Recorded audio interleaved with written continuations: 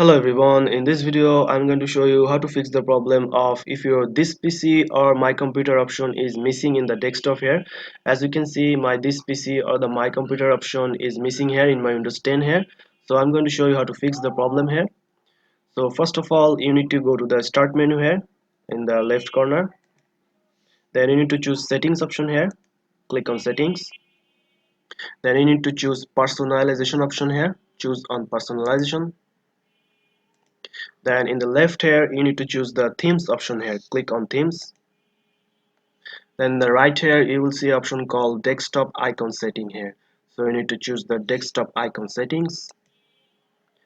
After that you will have to choose the this PC option here. As you can see, the computer option, which is also the this PC option here. So just choose the computer option and click apply here and click OK. So desktop icon settings, you can choose all other icons, any other icons you can add in your desktop. So I'm just gonna close out of here. And as you can see, my this PC option is now on desktop here. So that's it guys, this is how you fix the problem of if your this PC icon or my computer icon is missing on desktop in Windows 10 or any other Windows 8 or 7. So if you found this video helpful, please subscribe to this channel and thank you for watching.